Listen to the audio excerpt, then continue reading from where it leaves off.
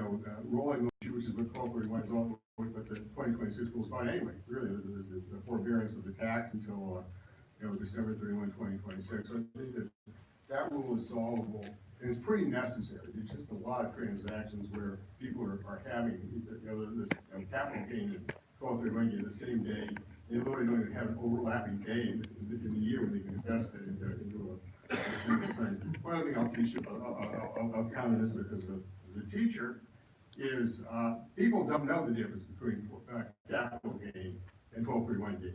They don't understand what really is the nuance between it. You have there aren't that many kinds of property that actually produce 1231 gain. Real estate does. Tangible property almost never does. You buy a machine, it goes down until you're not up. The only other kind of property you see besides a real estate that goes up in value is typically intellectual property, patents and the like, and teach taxation of intellectual property to you. And I can tell you that patents can be ordinary assets, capital assets, or 1231 assets, depending on who created them or how they're acquired. The fact that a patent can have all three characterizations just speaks to the fact that having complicated distinctions between 1231 property and 1221 capital assets strikes me as going to only cause creation. People are going to make mistakes all the time. And I'm not just talking about taxpayers. I'm really talking about tax advisors, tax professionals who are at the moderate to the low to middle levels of practice aren't going to really know the difference. So it doesn't make any sense to have a distinction that's only going to cause non-compliance on a massive scale. So that's my thoughts on 1231. Let me have Christine Klein and comment on the vacant land issues. Thanks, Jay. So I will be representing the students in this class. I am sort of a quasi-student in it myself, talking about the vacant property. So the second set of proposed regulations provided that vacant structures or other tangible property other than land will satisfy the original use requirement if the properties have been vacant or abandoned for at least 5 years. We agree that some quantifiable minimum period of vacancy is necessary to prevent potential abuse of this favorable guidance, allowing vacant property to qualify as original use property. However, we believe an uninterrupted period of 5 years is unnecessarily long, and that a shorter period of 1 year is sufficient to achieve the anti-abuse goals. There is also a strong public policy need to reduce this period. Cities and towns across the U.S. have recognized the negative impacts of vacant and abandoned properties, including increases in crime and vandalism, decreases in surrounding property values, increased risk to health and welfare, and escalating municipal government costs. We cite several studies in our report that have found a correlation between the length of vacancy and increased crime, decreased property values, and higher municipal government costs. Local government officials, community organizations, and residents across the country recognize the value in putting vacant land and abandoned properties back into productive use as quickly as possible. It is extremely doubtful that property owners who held vacant property prior to designation of zones in early 2018 intentionally arranged a vacancy with any future tax incentive in mind. We therefore recommend that Treasury adopt a standard similar to that applicable to enterprise zones, which states that if property is vacant for at least 1 year, period, including the date of zone designation, use prior to that period is disregarded for purposes of determining original use.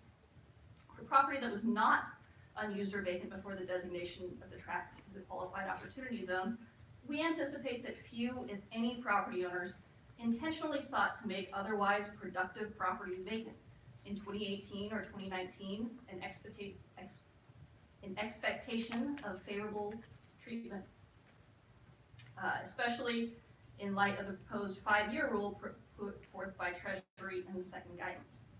Therefore, we think a 1-year rule is also appropriate for property that became unused or vacant after 2017. To the extent that a prospective 1-year rule provides an incentive to abandon property, it will be mitigated by the reduction in tax benefits for anyone waiting at least 1 year from the issuance of final regulations to act on a vacancy strategy. There is a trade-off in policy objectives in this case, and we favor a policy that helps rescue vacant buildings to the greatest extent possible.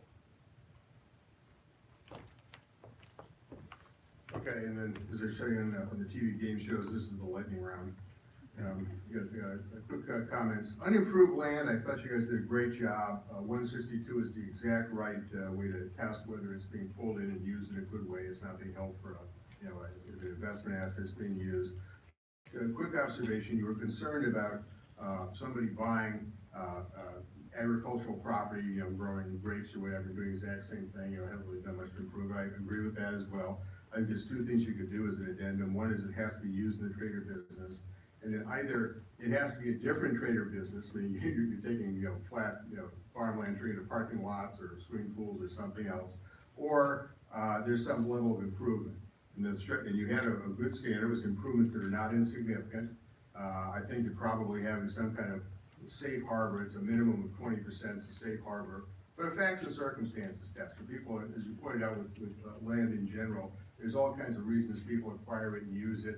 Is this a bona fide use to acquire it and put it into an overall improvement to the community? I think that was extremely well handled. That's the only sort of small tweak I'd make there.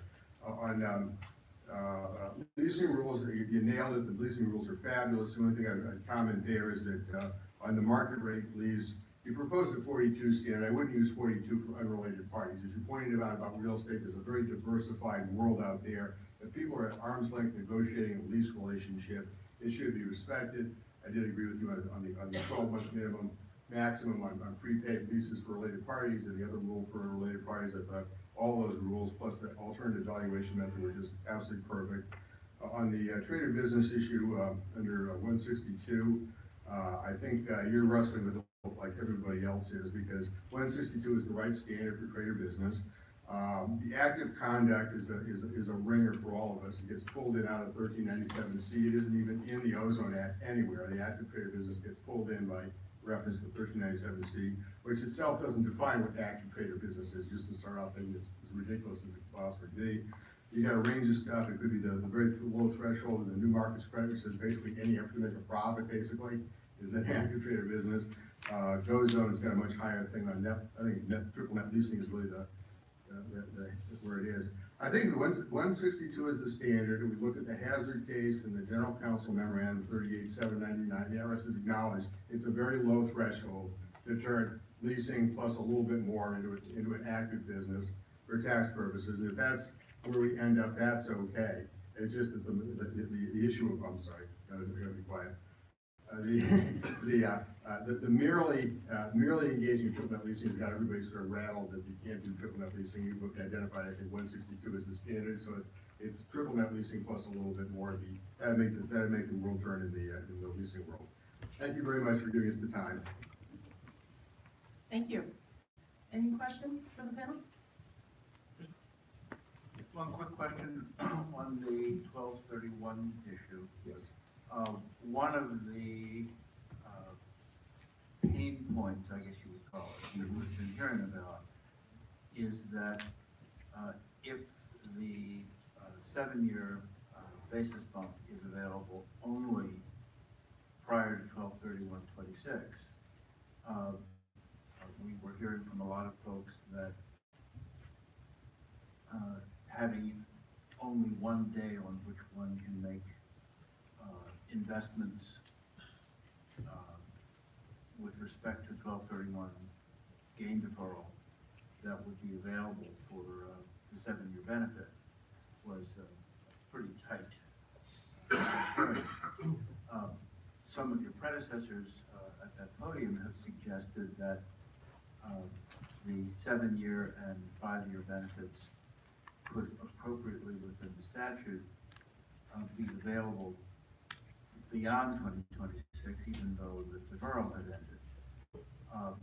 To what extent would that relieve the part of the challenge with the 1231 timing question? It wouldn't relieve your concern about the capital gains and 1231 gains being triggered the same day, but having very different 180-day periods. Yeah, I don't really see that as the driver of this issue.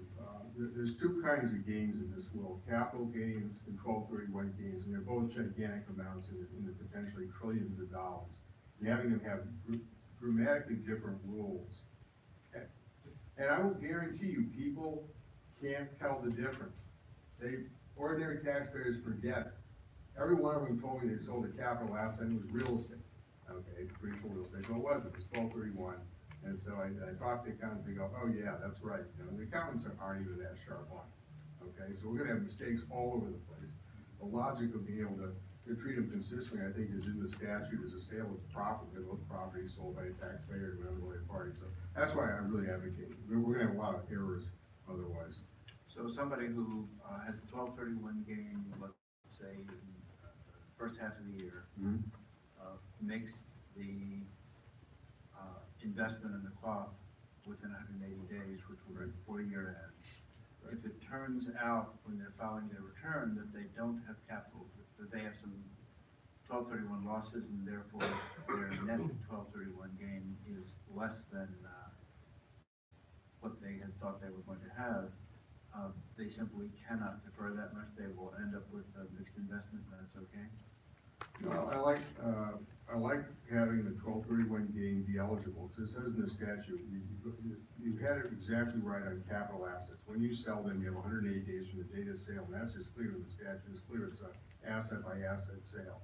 Same rule, because they want to drive capital into investments and opportunity zones. It's already a slow enough train as it is. You got 180 days, plus you got the QO level, plus the QOCD level of 31 months, but, you know, being able to invest it as quickly as people want to after they recognize a gain event, roll it over, is the right way to start it, rather than push it as much as a year later. And I think that the logic of it is, I'm not so worried about the net. You know, the net capital gains and capital losses, and we're not worried about the fact you may have, you know, less capital gain at the end of the year than the amount you invest from a specific disposition. Likewise with 1231, if you have a 1231 loss, you can claim it, but again, I'm proposing, first of all, you've got a 5-year wait, any 1231 gain you recognize for the next 5 years is converted to ordinary gain. And I think it's entirely appropriate to say, if you have 1231 losses in a year when you roll over 1231 gains, you know, you effectively, instead of netting it and then rolling over the lesser amount, just have it be recaptured as 1231 gain in 2026 and extend the loss rule. You know, by your election, you agree to be subject to the loss recapture rule in 1231C through December 31, 2026. It all matches up. It really does nicely. So your proposal basically is that 1231 gains be treated the same as capital gains. Exactly the same. Regardless of whether or not for that year there was only a penny of net loss or net gain. That's right, and it reconciles December 31st, 2026. If you've had 1231 losses and gotten rid of losses, you'll recapture it as ordinary gain, which is exactly what the 1231C rules do, which is great, kind of deferral. They recognize deferral throughout the concept of the first of the two tax benefits, and it comes back being recaptured in the right character at the right time. So I think that's a fair rule for all concerned. They'll drive deals. It really will make things happen. Thank you very, very much. Anything else? Oh, I think we're good. Thank you very much. Our next speaker is John Lethieri from EIG Opportunity Zones Coalition.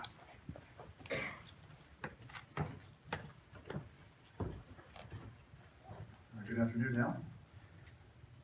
Seems like just yesterday we were together on Valentine's Day, so it's great to see everybody again. Thanks for having me back.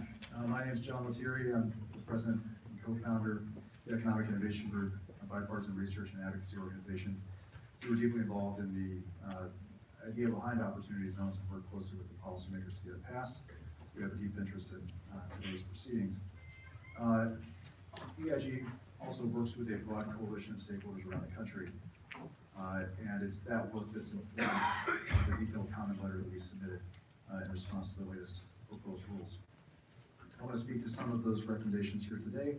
And one of the casualties of being, I think, 15th in the lineup is that it has all been said.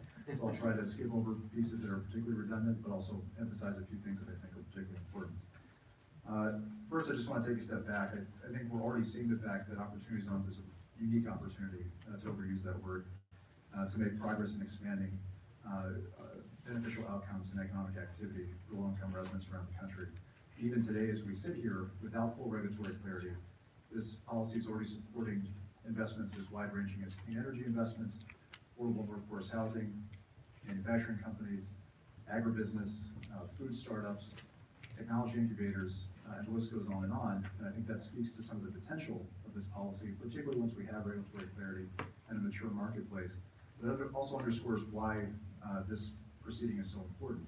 Is to one of the questions that was asked earlier, if we want investment to go far and wide around the map, if we want it to go to non-traditional places, and if we want it to go into deals that are particularly difficult to execute, the rules are going to have a lot to say about how much risk investors are going to take with committing their capital over a 10-year period or more, particularly in areas that are disinvested and have struggled with long-term decline. So the work you do and are doing is critical to expanding that map of investment and economic opportunity, and we commend you on the work you've done so far. So, as I mentioned, while the incentive was designed to support a wide array of needs across communities, we believe its central purpose really was to facilitate investment in local operating businesses, particularly new ventures and existing small to medium-sized local businesses in need of growth. This central goal must be thoroughly reflected in the final rulemaking in order for opportunity zones to achieve the success that they could achieve over the next decade. To this end, the second round of proposed regulations made enormous strides in addressing key structural questions and definitional issues, particularly those related to operating business investment, that had been holding back the formation of the opportunity zones marketplace nationwide. Our coalition applauds the efforts of Treasury and the IRS to resolve a wide range of complex issues so that opportunity zones can work as intended. For example, the proposed safe harbors for the gross income test, the extension of the working capital safe harbor, provide much greater certainty for operating businesses and will serve the underlying goals of the statute quite well, we believe. However, I want to focus my comments on areas we believe require additional clarification in the final regulations. So I want to get up front. We were very pleased and thought the second round did an exceptionally good job of addressing many of the key questions. So don't take these comments as anything but let's just narrow the playing field down to the issues we think really require some additional attention. Because the second tranche of proposed rules covered so much ground, most of the recommendations I'll make today really amount to relatively small technical clarifications or tweaks, minor refinements and clarifications, but I hasten to add, while relatively minor in scope and complexity, these changes are nevertheless critical to the real-world success of this policy and the communities depending on it. First, I want to talk about the substantial improvement test. This is a central feature, as you know, of the Opportunity Zone statute. Its purpose is to ensure that investments made under this incentive lead to new value creation and new economic activity in the designated areas. In the preamble, Treasury asked for comments on the advantages and disadvantages of applying this test on an aggregate rather than asset-by-asset basis. As many others have already commented, we believe the aggregate basis test approach has many practical advantages and is consistent with the meaning and purpose of the statute. It is also consistent with the manner in which businesses actually expand their operations in the real world. On the contrary, the asset-by-asset approach is deeply impractical. We believe it would impose massive and unnecessary compliance burdens and would reduce the economic benefits to the designated communities by discouraging investment in those local businesses. So we believe strongly that the final rule should adopt a substantial improvement test on an aggregate basis. There's perhaps no more important unresolved issue to our minds to date than this one. It will otherwise be nearly impossible for operating businesses to satisfy substantial improvement test. So we recommend two potential safe harbors, as has, I believe, the ABA and other commenters in our comment letter, that reflect the real-world utility of an aggregate basis test. First, assets purchased as part of the same investment decision and located within the same tract or contiguous tracts should be treated as an aggregate asset for the substantial improvement test. Second, for either operating or real estate businesses, assets that are operated as an integrated unit should be aggregated. Next is time and flexibility. This is a key issue for the practical application of this policy in terms of raising capital from investors, deploying capital into qualifying investments, and returning capital to investors after exiting investments held for 10 years or more. While the 6-month exemption period for newly received capital included in NPRM is a big step in the right direction, we recommend extending the 6-month period to at least 12 months, which is particularly important for the formation of multi-asset funds.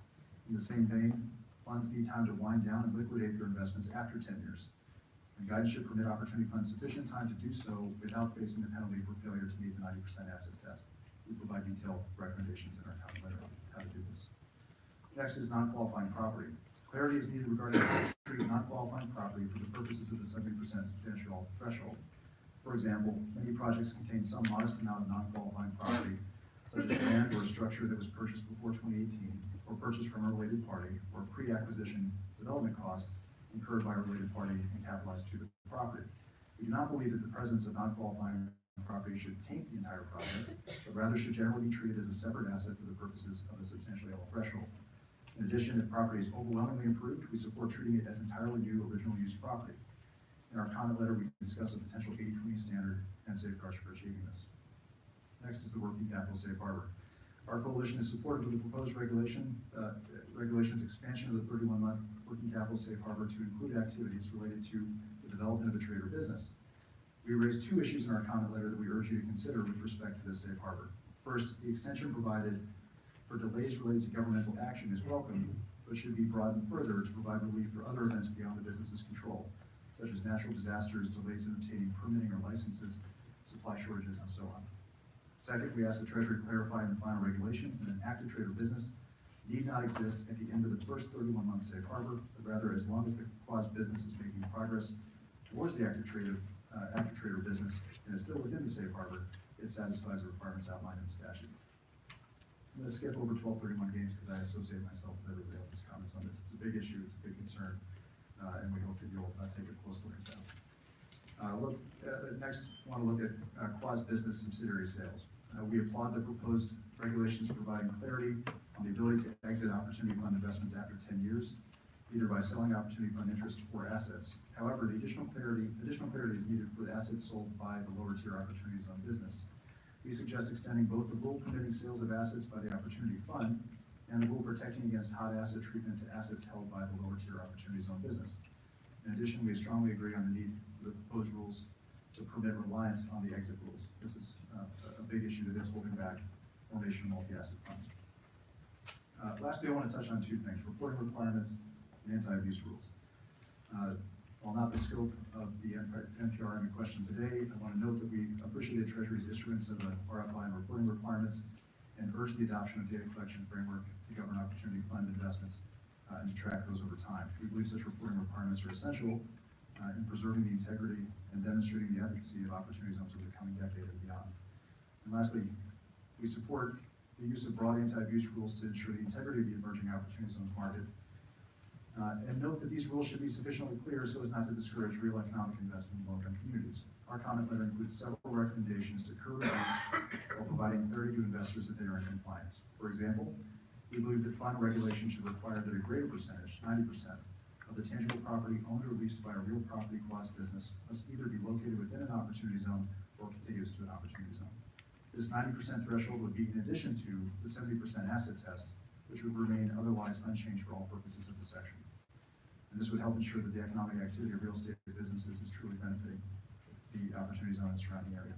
So in conclusion, our coalition recognizes and appreciates the hard work of the IRS and Treasury in establishing a regulatory framework for this nascent policy. We look forward to answering your questions. Thanks. Any comments? No? We're good? Great, thanks very much. Next up, we have Mark Trout from the State Economic Development Executives.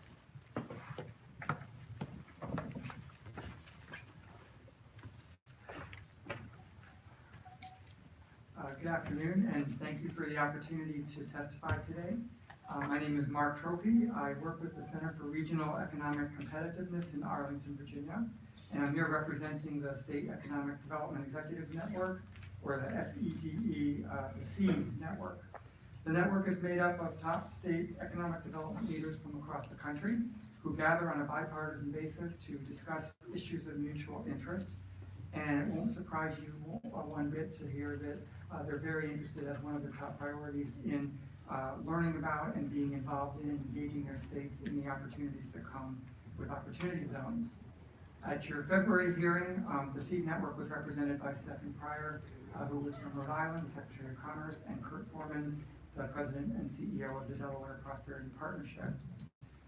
The SEED network did submit a letter commenting on the second tranche of proposed guidance. It was signed by 16 state economic development directors. And today I'll summarize some of the comments that were submitted. And going number 16 on the day, it really does feel like some of this is going to be repetitive, but I want to make sure to emphasize these 5 points in particular that they thought were especially important. And I want to add that while some of the SEED network's membership had the privilege to select opportunity zones in their respective states, and others have inherited the zones from a prior administration. All of them are equally and actively, eagerly engaged in working on operationalizing the Opportunity Zone program. In the main, we would like to express today the network's hope for changes that enable the program to serve both real estate development and the fostering of operating businesses. And a number of other folks have stressed that point in particular. It's critical to make sure that the regulations support attracting investment to both. So the 5 main points that we wanted to convey. Number 1, the rule should provide additional flexibility in determining whether the substantial improvement requirement has been met through applying the requirement on an aggregate basis. The preamble and the proposed regs provide that the requirement is determined on an asset-by-asset basis. The determination of the requirement on an asset-by-asset basis rather than aggregated may especially burden operating businesses. And this could make the ozone investment process difficult in ways that were not necessarily intended. We encourage that the substantial improvement requirement be applied on an aggregate basis rather than asset-by-asset basis with respect to operating businesses, which we expect will decrease the burden for those operating businesses. Number 2, the rule should provide sufficient flexibility for opportunity funds to reinvest interim gains in qualified Opportunity Zone property in a timely manner without incurring a penalty or triggering a taxable event.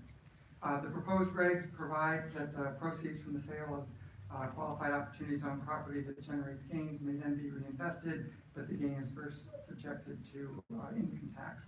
And while we understand that the regs indicated the IRS doesn't have the regulatory authority to exempt those gains, we strongly encourage revisiting the issue because we remain concerned that preventing opportunity funds from reinvesting capital proceeds from the sale of qualified stock and partnership interests without triggering a taxable event would reduce the incentive for opportunity funds to invest in operating businesses specifically. Under the draft regs, the incentive for opportunity funds to invest in operating businesses could be diminished due to the taxation of those interim gains, even if the gains are reinvested into qualifying ozone properties. And some states have noted from among our members that the current regulations treatment of interim gains has significantly curtailed interest in their states in investment in operating businesses when compared to interest that's being expressed and shown in real estate investment. This topic was raised by the network in previous comments. We believe that the regulations should reflect the kind of basic investment practices where a diverse portfolio of investments is wise, there's an ebb and flow to the investment. We're particularly concerned that opportunity funds be given the ability to reinvest capital proceeds from the sale of qualified stock and partnership interests in ozone businesses without triggering the taxable event. Future regs or modifications to the regs could provide further flexibility for opportunity funds to reinvest interim gains in qualified ozone property in a timely manner without subjecting investors to income tax on such gains. Number 3, the rule should provide sufficient flexibility for new opportunity funds to meet the requirements of the 90% asset requirement. Allowing recently contributed property a minimum of 12 months before it counts against the 9% asset requirement would provide additional flexibility for funds to thoughtfully establish their investment portfolios. And under the proposed rules, an opportunity fund may apply the 90% asset requirement without considering any investment received in the preceding 6 months. In practice, this means that a fund has a minimum of 6 and a maximum of 12 months to deploy new capital raised before being subjected to a possible penalty for failure to satisfy the requirement. In a typical investment timeline, it takes a fund a minimum of 18 to 30 months to raise capital for investors and to appropriately deploy it across a balanced portfolio. So the network is very grateful that the most recent tranche of regulatory guidance provides a degree of flexibility with respect to cash held by an opportunity fund regarding the 90% asset requirement, as well as the flexibility that the 31-month working capital safe harbor provides as well. However, as we stated in earlier comments, we recommend a change to allow a minimum of 12 months for investments to be made before incurring a penalty under the 90% asset requirement. And we ask that you consider extending the option to disregard recently contributed property to contributions or exchanges that occurred not more than 12 months before the test was being excluded, rather than the 6 months in the current regs. Establishing a minimum of 12 months for those investments to be made. While the working capital safe harbor is beneficial to newly established funds, this suggested change would also afford multi-asset funds additional flexibility and allow for a more realistic investment timeline for the funds. Number 4, the rule should encourage meaningful but unobtrusive public reporting requirements for costs. And due to the unique aspects of the program, it's important to track the efficacy of opportunity zones and identify areas of improvement and modification for the future. So we suggest that opportunity funds be required to provide a set of simple information enough to give the public confidence about the initiative. We encourage the adoption of some simple reporting requirements to collect data on funds and their investments. In our December 2018 letter, we proposed that they be required to report at least on the specific opportunity zones in which there is capital deployed, the amount of capital deployed, the eventual appreciation of that capital. Beyond that, we're very interested in the RFI process and the responses that come forward in that, and we look forward to some of the insights that those responses may provide. Last but not least, under additional opportunities, one issue that we did not address in our written comments, but some states have more recently raised as a potential area for improvement. And I know there's many other groups that have also submitted written comments that focus on how the regulations could better encourage affordable housing development. And while the network has not recommended specific regulatory changes, we support creative approaches that would enable investment in affordable housing projects and make it easier for opportunity funds to invest in LIHTC projects. Some states have expressed concern that there may be issues with the regs around compatibility with the development of low-income housing, and so the SEED network would encourage you to explore this, and we would be very interested in having further dialogue with you on that particular topic. In closing, the census tracts were selected because they are, in many cases, struggling, facing challenges in attracting investment. It is extremely important to the network that we recognize that the purpose of the program is to attract investment, both for real estate and for operating businesses, and that the regulations support both purposes. And we really appreciate the progress that we've seen in subsequent versions of the regs, and appreciate the opportunity to share the thoughts of our network with you here today. Great. Any questions? What gratuitous limitations do you see that we should address in connection with pairing the ozone incentive with So this is an issue that has just come to our attention in recent days, and I would be happy to talk with the members in the states that have expressed those concerns to come back with some specific items. I noticed you raised that earlier today, so we'll check with some of our members and get back to you on that. Chris? You had mentioned that you were looking on the 90% test on the initial testing date, going from 6 months to 12 months. But then I think you also said, or at least I wrote down, that it takes an average of 18 to 30 months to actually deploy capital in many cases. Is 12 months going to be sufficient, or is it like in combination with the working capital rule that will end up being sufficient? Good question. I don't know. Our members expressed the concern that 12 months would be more, the sentiment that 12 months would be certainly more workable. Certainly than more we have now. flexible than Right. 6. Okay. Right. Will it be sufficient? We didn't broach that. Okay. Yeah. I'd be happy to get feedback on that point as well. Great. Thank you. Thank you. Thank you very much. Okay, number 17, Clayton Wyatt of the Alliant Asset Management Company, LLC.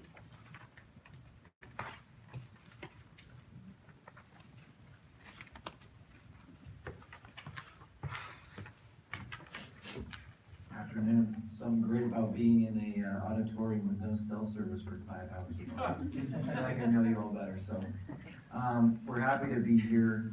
My name's Clayton White. I'm Chief Capital Officer of the Alliant Company, One of our affiliate is Alliance Strategic Investments, and our partner Eddie Long is here. We've been following this legislation very closely as part of the EIG group and the Novograd Working Group, and so we echo those statements that were given earlier, and I'll keep this very quick because I know we're very close to being done here.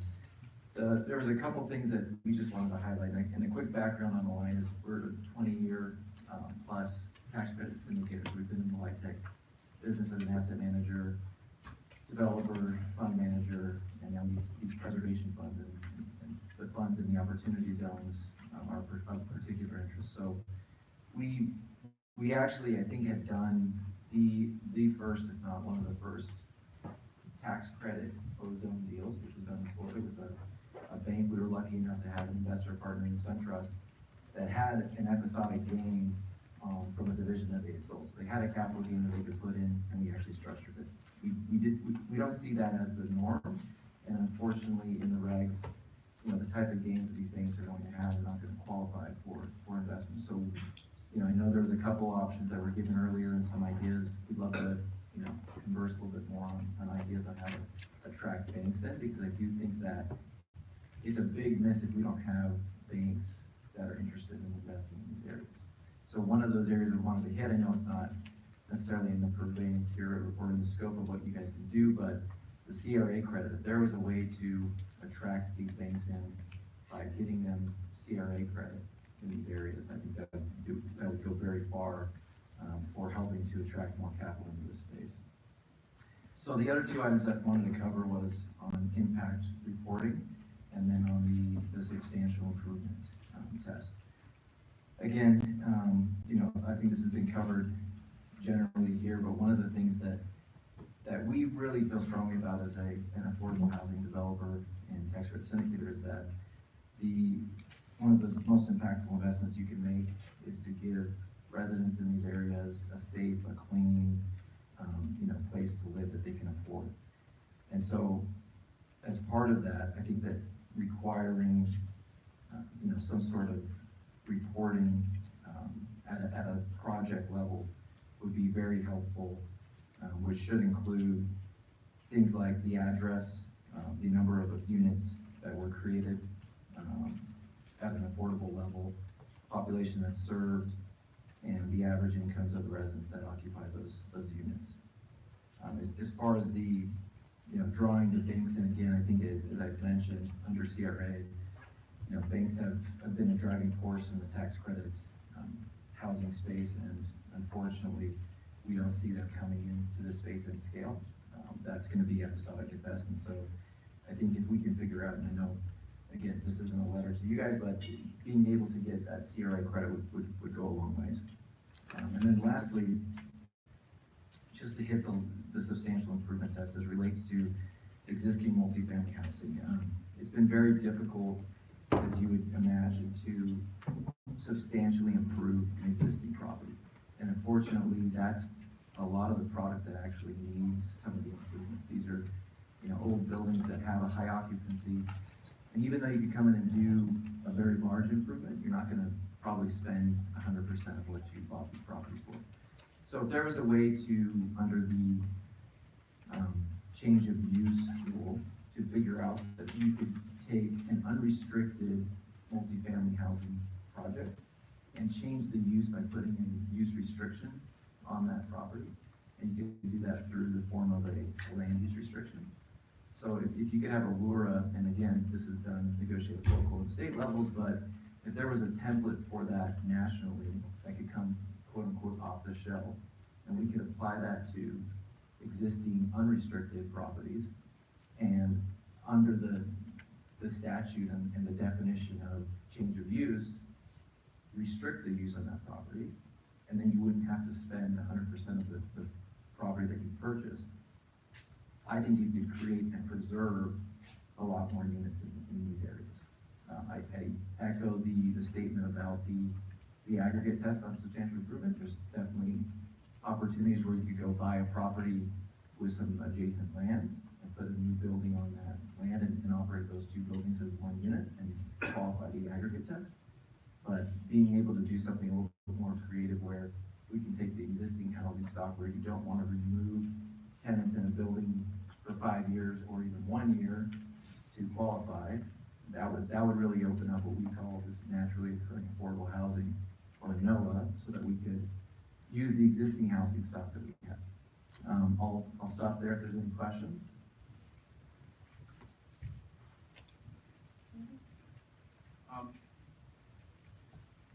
In terms of attracting ozone investment by having CRA,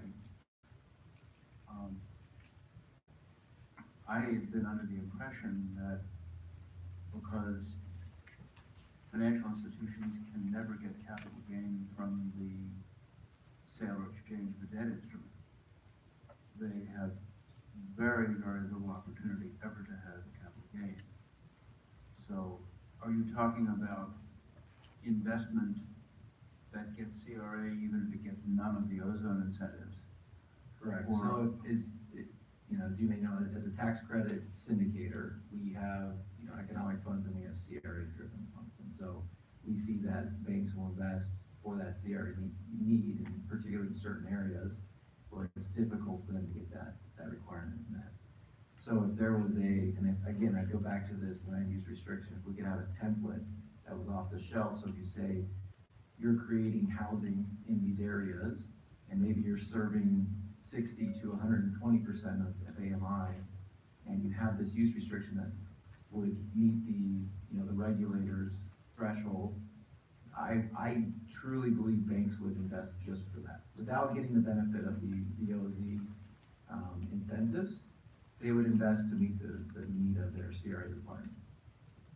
I see. So you aren't suggesting that somehow we find some subset of banks gain from sales of debt, which we would say would, for this purpose, be treated as capital. I mean, listen, if there's a way to do that, it absolutely would help. I think this could be an easier way to do that. That might be lower hanging fruit. But we can't control CRA. Agreed. But you asked me a question. Okay. Fair enough, fair enough. Just real quick on your issue of unrestricted versus restricted use. I mean, my thought was always that we could deal with this at a local level, that they would be doing it for zoning. But what you're asking is for a national level. Yeah, the problem that we've seen, and we've taken existing properties, we're working on one here in the DC area, where we're trying to put a use restriction on the building. And that helps, from our investor base, helps for a number of things, for our impact, mission, but it's hard to negotiate on a one-off basis what that use restriction is. And so, again, having this generic template that banks would have confidence in, knowing that if this template is set on this building, it's just efficient, it's quicker, it's easier, it just becomes a standard, as a lot of these things that we know early. You've seen investors that are hesitant to invest because there is no standard, there's a lot of uncertainty. Eliminate some of that uncertainty with a standard that can be duplicated and used over and over. Anybody else? Great, thanks. All right, thank you very much. Last but not least, Julia Gordon from the National Community Stabilization Trust.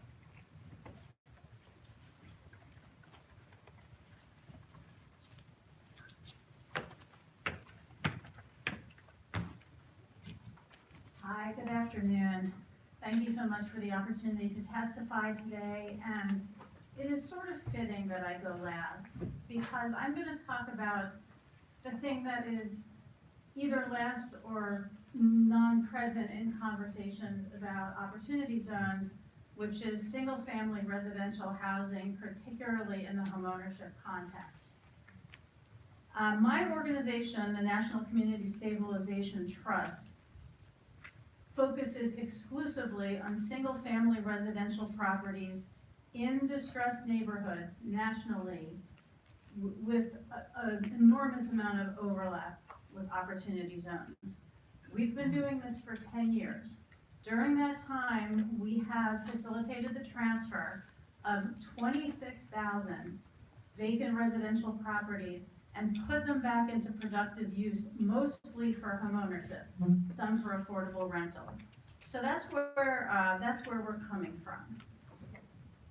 Typically, when I testify, I, like many of the folks you've heard of today, am a subject matter expert, and I can talk statutes and regs with anybody. I come to you today to say, I have no idea what I'm talking about. I don't do LIHTC. We don't have any tax credits, beyond, I guess, the mid, which doesn't really apply to the affordable folks that we deal with. We don't have a tax credit program that helps us finance the acquisition and rehab of these properties. When we saw opportunity zones happen, it was not a conversation we had been in previously, and it is a conversation that's taking us a long time to figure out how to break into. But we are hoping two things. First, we would love to find a way for these funds to provide the kind of well-priced capital to our developers that make the difference between being able to do this rehab and not do this rehab. But if we can't achieve that, we want to advance the principle of first do no harm. So I want to speak a little bit to some of what we're already seeing as what may be some unintended consequences of the Opportunity Zones program.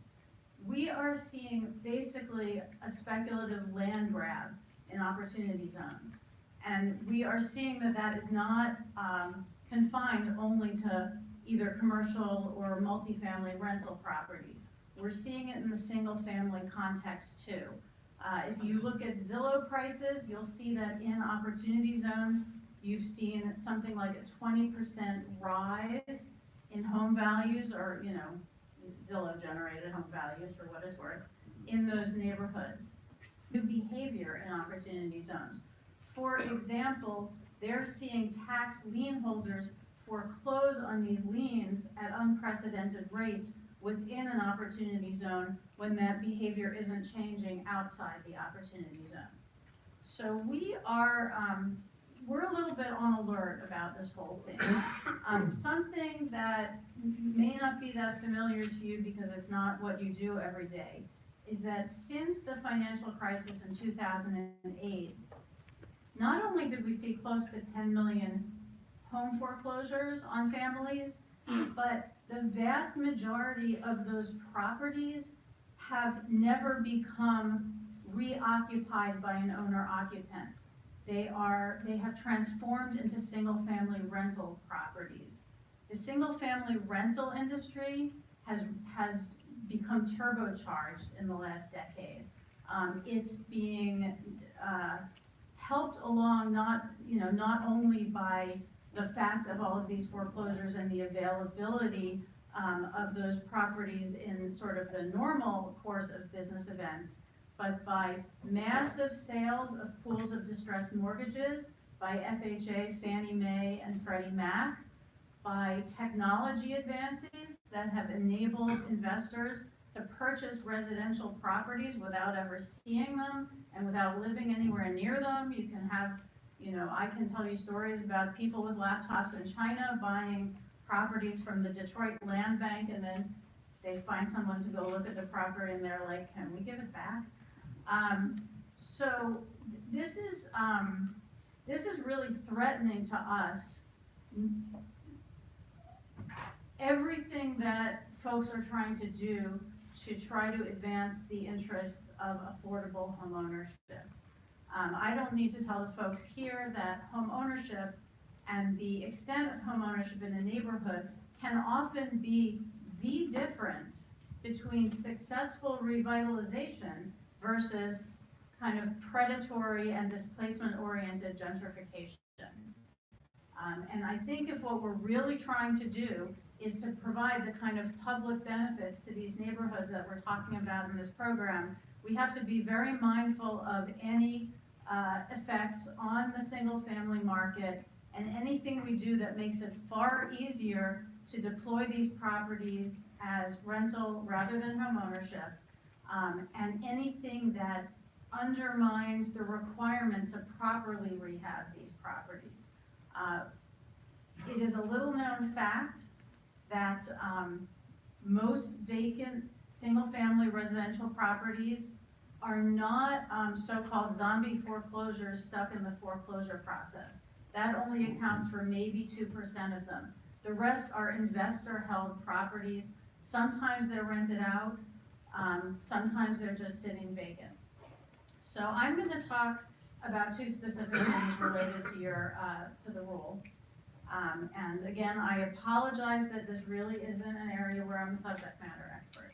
First, vacancy. A number of folks have addressed this today, and I'm going to address it as someone who is dealing with vacant properties every single day. The first thing is we need a definition of vacancy. We have problems all the time in the work we do because of the multiple definitions of vacancy out there. The Census, the United States Postal Service, Fannie Mae, Freddie Mac, pretty much every municipality and pretty much every other lender out there has a different definition of vacancy. And this can cause a lot of problems, especially when it comes to property preservation and maintenance, and it certainly could cause problems with respect to basing an exemption of substantial improvement on vacancy. Another terminology topic that I wanted to cover is the term land banking. You've used that term with respect to unimproved land to mean kind of the acquisition of land with sort of no intention to do anything in particular. I do want to note that land banking has really become a term of art in the last decade with the municipal land banking movement. Land banking is now really a process or policy by which local governments acquire surplus properties and convert them to productive use or hold them for long-term strategic purposes. This is a public purpose organization, and we don't really want to see the term land banking associated with a behavior that we're more likely to describe as warehousing or even squatting or whatever. So I just wanted to make that point. In terms of the number of years a property should be vacant before it's eligible for the exemption. If the property, everybody has already made this point, there is nothing worse for a community than a vacant property, nothing. The problems that come along with vacancy are legion. So for a property that was vacant prior to the Opportunity Zones program, I don't see any need for any period at all. That property should be able to be put back into productive use. Similarly, in the single family context, and only in the single family context, after a property goes through foreclosure, it should be able to be eligible immediately. On the other hand, since what we have in many of these neighborhoods are hundreds of thousands collectively, single-family homes held by investors that have done nothing to improve these properties and really have just become slumlords. These are investors who will have absolutely no qualms about kicking out their tenant so they can sit around and wait for a period of years before they get the exemption. I'm a little concerned that the 5 years is both too long and too short. It is too, you don't ever want to say out loud in a reg that something should be vacant for 5 years for any purpose, because vacancy for 5 years is just frankly a disaster. It may be that, again, I can only speak for single family, and the situation is very different for apartment buildings, for larger buildings, that if you have a vacant property, or if you have a property that's being rented out like that, it is highly likely it is in need of the kind of investment where you really want to see substantial improvement in that property, and you may not want to exempt it at all. So again, just for single family, I'm going to put that out there. The last thing I'm going to say, because this is not my area of expertise, is we would like to see these funds to be able to be used for sale development. You've already put, you have the 12-month recycling ability now, but that doesn't necessarily cover all of the other taxable events that occur if you're running a business that's rehabbing and selling single-family residential properties. We would suggest that that you consider having a section of the reg that specifically addresses single family. Because lots of these issues, you're kind of putting a, square peg in a round hole when you're trying to talk about either vacancy or reinvestment periods or the amount of time it takes either to deploy capital or to actually do the rehab. Completely different for single family than for multifamily. So I would be happy to work with you on that as well. I'm running out of time, but I did wait a long day, so I will just, my last point is I just want to underscore what everybody said about the importance of data collection. I have data that I've collected on 26,000 properties from hundreds of different single-family developers. It has been an enormously useful database for developing other statutory and other proposals related to single-family. It is imperative that you collect, assemble, track, and disclose this at least some minimum set of data. I agree that the CDFI fund may be the appropriate entity with the capacity to do this, and they could probably do it with information that is largely already being collected by the funds and just needs to be reported. Thank you so much for this opportunity to speak. Thank you. Do we have any questions? Just one.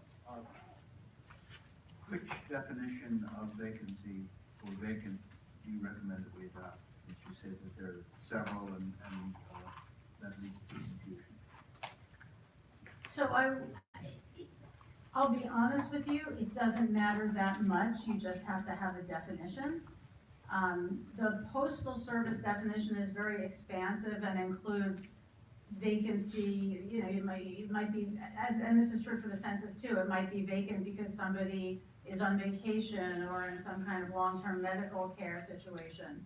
So it has to be a vacancy definition that's really oriented toward what we're thinking of right now as vacancy when we talk about it. I always think the Fannie and Freddie definitions are good ones because they really cover so much of the industry, but again, what matters more is to have an agreed upon definition than particularly which one it is. All right, thank you very much. All right, thanks so much. Appreciate your comments. So this concludes the formal presentations. What we usually do in public hearings, if we allow anybody else who wants to speak or has anything to say, they can say it now.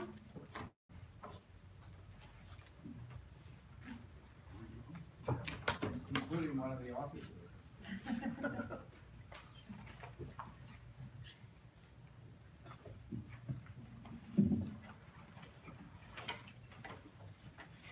So as Mike just mentioned, my name is Shay Hawkins. I was one of the drafters of the Opportunity Zone provision in tax reform that was based on the Bipartisan Investing in Opportunity Act, which brought us all here today. I'm here today in my capacity as President and CEO of the Opportunity Funds Association. We work with funds, investors, and entrepreneurs to advocate for reasonable expansions, the ultimate extension and preservation of the Opportunity Zone provision. And, in my former role, I had a good view towards congressional intent behind the program. And the intent was to get as much capital into the 8,700 distressed census tracts as possible, and to have as many investors and a range of different types of investors, as many entrepreneurs, a broad range of entrepreneurs, able to utilize this policy and benefit from it as possible. So we want that far-reaching, far-ranging utilization was really key to congressional intent on this.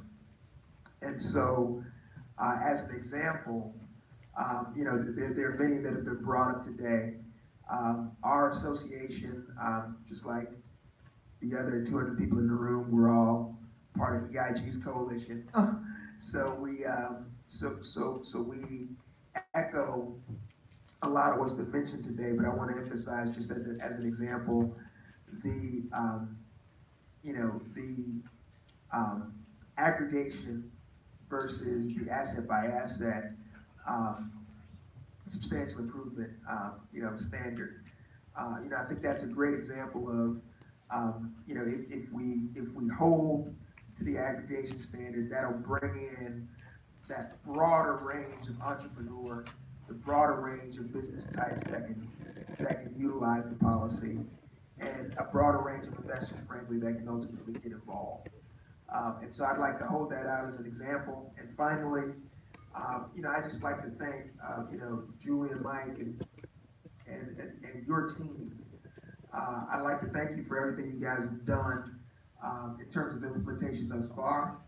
But then, even beyond that, I want to just express appreciation. The past hearing in February and this hearing are both an example of how seriously you take this process, how seriously you take this critical policy, and how seriously you take those of us who've taken the time to come here and testify today. So I just want to express our appreciation, and anything you need from our association, anything you need from the rest of us in this room, just let us know, because we are here to make sure this policy works for the American people. Great, thank you very much, Nick. Anybody else? Yes. Over here. Need a microphone? Yes. I'm loud enough. No, because they're recording and, Okay, all sorts of. all right. Hello, my name's Ed Lauren, and I just want to emphasize one thing, that I got involved in the EIG and the Novogradac Coalition for one reason. I'm primarily a rehabber of apartments, trying to take light and make light. The problem with this legislation from day one is that this 100% test is going to do the opposite of what I believe this legislation was intended to do. If we can do what Clayton suggested, if we're gonna change the use, and I got this idea over dinner with Forrest, so this is something I've been noodling over and trying to figure out how to make this work for almost a year and a half. If we can take the same regulation interpretation of a change of use from vacant to operational, and take that change of use from an unrestricted property to a restricted property with some form of LORA, which has to be off the shelf, because it's not so easy to come up with a template to create affordable housing. But there's millions and millions of units that are gonna continue to atrophy as brand new buildings are built next door because of the way this legislation's set up. So I strongly beg you to please consider a change of use from non-restricted to restricted affordable housing, so we can take those millions of units that are getting atrophied and transform them into good product. Because if you can buy it, let's say in a major urban area at $200 a door and you're building at $500 a door, what makes more sense? Well, it all makes more sense, but we still need to preserve that existing percent. If you change the use from non-restricted to restricted affordable housing, and you spend 20% of the capital on renovations, that should suffice as a safe harbor for affordable housing. Let's take the example of in DC. You can buy something for, let's say, $200 a door, old product. The best case scenario is 40 a door is going to be the equivalent of your appraisal in your land. So now you're stuck with 160 a door. So 20% of that would be 32,000 a door. Very significant renovation. But certainly you're never going to spend 160 a door, never. And that property will sit there, and over the years will atrophy and become more blighted because there's no incentive to rehab. So sorry to bang this drum so hard, but I think it's critical that people realize this legislation may backfire for that very reason. Thanks. Thank you. Hi, my name is Ashley Harrington. I am the Director of Social Justice at UNCF, the United Negro College Fund. We are the largest provider of private provider of scholarships in this country, and we also represent 37 of the private historically Black colleges and universities in this country. But we got into this discussion and we're interested in this work because half of our institutions are located in opportunity zones. And these are institutions that have been historically underfunded and not invested at the level that they should be. And so if you're thinking about ways of encouraging businesses to work not just with minority women-owned businesses, we also think there should be encouragement to work with our institutions because they are bedrocks in their communities. For those who are not familiar with historically Black colleges and universities, there are 101 accredited HBCUs, public and private, concentrated in 19 states, the District of Columbia, and the U.S. Virgin Islands. They enroll almost 300,000 students, approximately 80% of whom are African American, and 70% come from low-income families. Only 10% of undergraduates enrolled at non-HBCUs are African Americans. And we account for only 3% of public and not-for-profit private institutions, but we award 17% of bachelor's degrees to African Americans and 24% of STEM degrees to African Americans. We annually generate over 130,000 jobs in our communities and almost $15 billion in total economic impact. So we think there are excellent ways to invest in their communities, and we think there's a reason most of them are in opportunity zones, and they are those bedrocks. So if you're wanting to affect the community around an HBCU and in an opportunity zone, you can do that through our institutions. They're usually the largest employer and not just the biggest educator. And not just the biggest educator. So thinking about that for everyone in this room, but also as you think about how you do that in the regulations. Thanks. Thank you. What have we done or failed to do that if we did or failed to do, that if we did or didn't do, would better encourage the results that you're looking for? So I'm also not an expert on this, but I think the normal type of incentives that you use to encourage, people to partner with certain folks, I think extra credits, We're stuck with a statute which has right. Shay did a wonderful job even if it wasn't perfect. Yeah.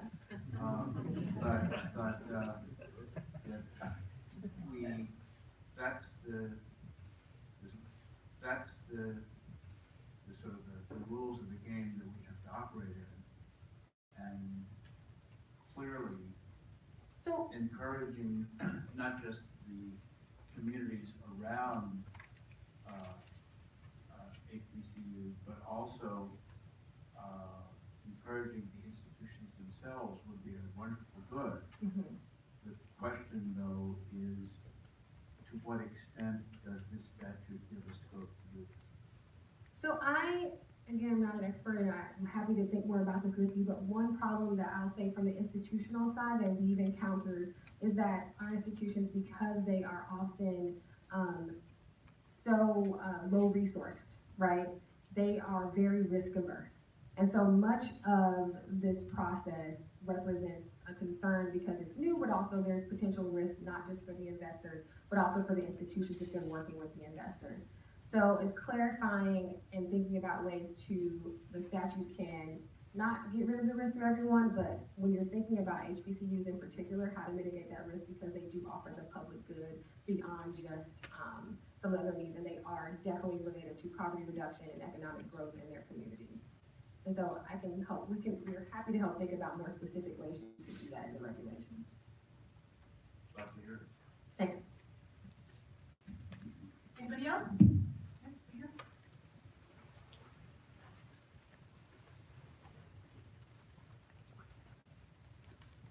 Yeah, we got one right here.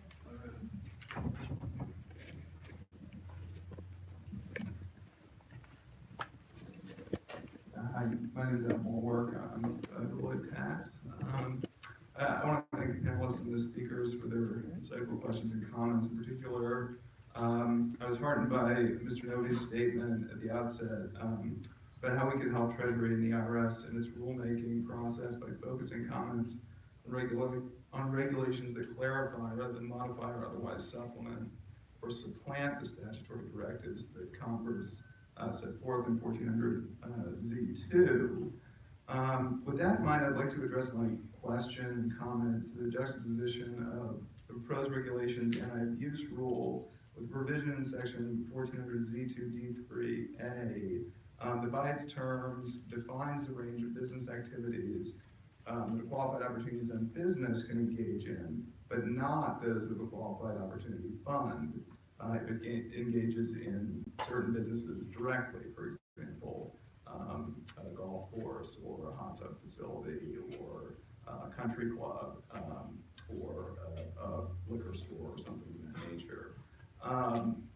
Now, I think today, that difference, the difference between the qualified opportunity zone businesses, statutory restrictions on the type of quote sin businesses that it's allowed to engage in, and the fact that there's no statutory restriction on qualified opportunity funds has been referred to as a loophole of some sort. But you know, it's only one of many, many differences between the rules that apply to qualified opportunity zone businesses, including the substantially all requirement for the amount of property that they have to hold, which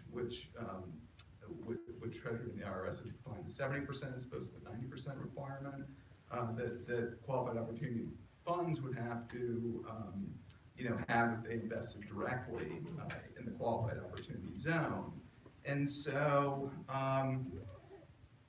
there is this difference in the statute, and it seems to be reflected, unless I'm mistaken, in the proposed regulations, which restrict the sin business rules under 144C6B to the part of the regulations that deals with qualified opportunity zone businesses. However, a number of hotel chains, resorts, and obviously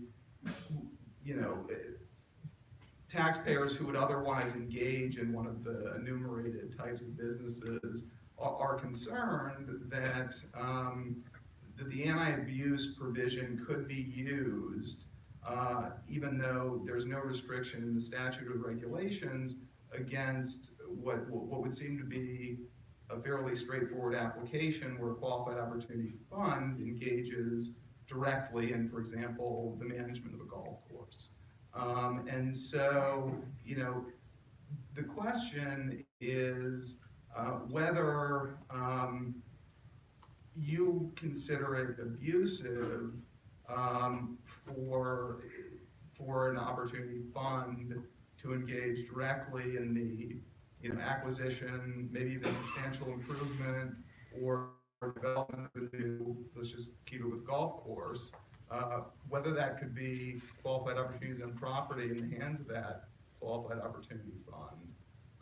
And sort of as an ancillary issue, which sort of applies just to the qualified opportunities in business, whether you would consider applying a rule similar to the one in Notice 2006-67 for golf opportunity zones, where there's a 10% prohibited business safe harbor, whereby if your gross receipts are under 10%, you wouldn't have to, you wouldn't be disqualified. So, for example, a physical therapist that also engages in massages, or a rehabilitation center or something of that nature. So those are kind of the three questions.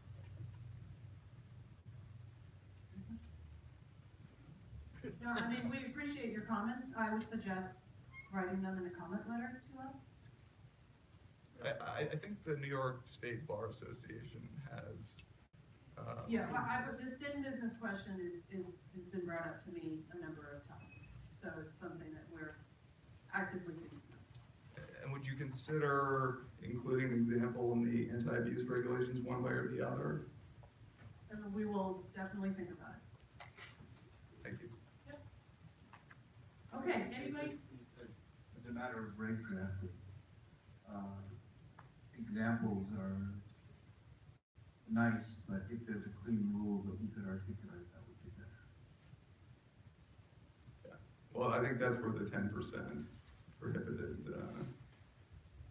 business rule under the Notice 2006-67 is useful. Was that part of the New York Bar comments? No, I'll write it up separately in an article. Thanks. Great, thank you. Anybody else? All right then, on behalf of the panel, we thank you very much for all your comments and suggestions. And this concludes hearing for investing in opportunity zone funds, reg number 120186. Thank you.